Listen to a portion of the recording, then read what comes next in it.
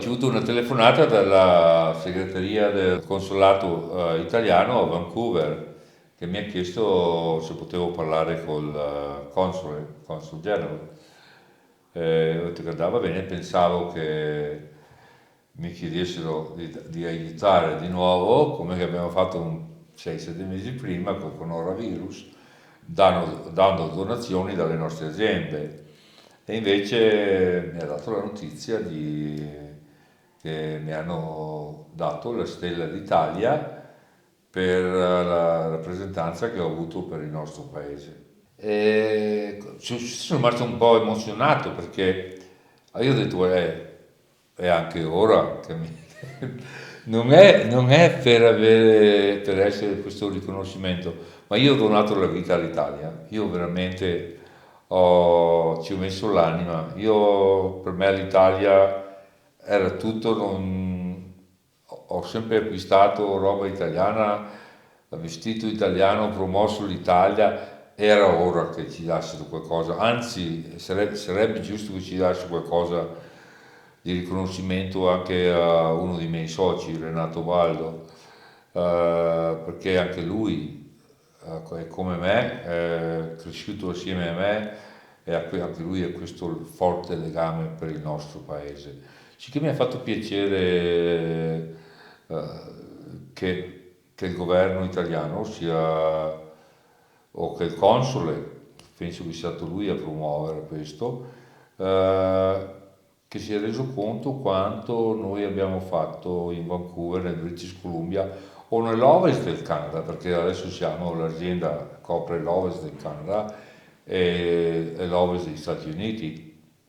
Come ti ho detto quella sera che c'era il console dei 45 anni dell'azienda, per me è importante che la prossima generazione non si dimentichi da dove veniamo, delle nostre radici, che tengono gli stessi partner che abbiamo avuto durante il percorso dei nostri 45 anni, che questi partner sono le aziende italiane che lavoriamo da 45 anni assieme, cresciuti assieme, che c'è questo mutuo rispetto di collaborazione e per promuovere il nostro paese, il Made in Italy. Io penso che l'Italia poteva fare tanto di più per gli emigranti all'estero. Forse si sono dimenticati un po'. Io ho notato questo quando quei problemi del Venezuela, cioè, io pensavo che siccome abbiamo 3 milioni e mezzo di italiani in Venezuela, forse 1 milione di veneti, pensavo che il nostro paese riconoscesse non Maduro, but Guaidó, e il governo italiano non lo ha fatto.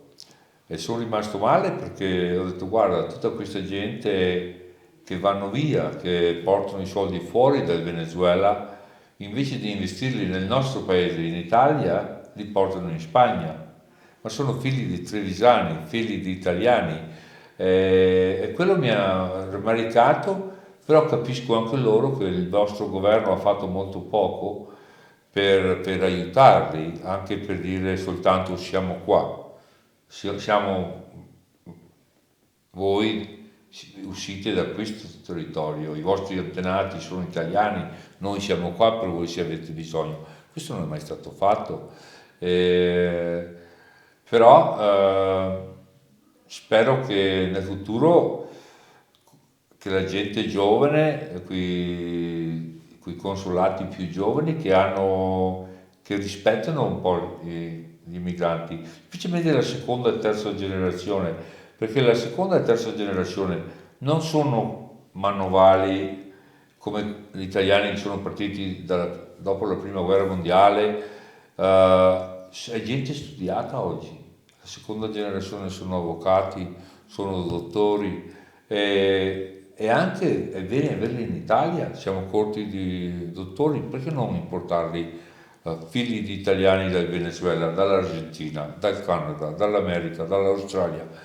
Io penso che bisogna avere un'ampia visione del mondo diversa di quello che abbiamo avuto fino ad oggi.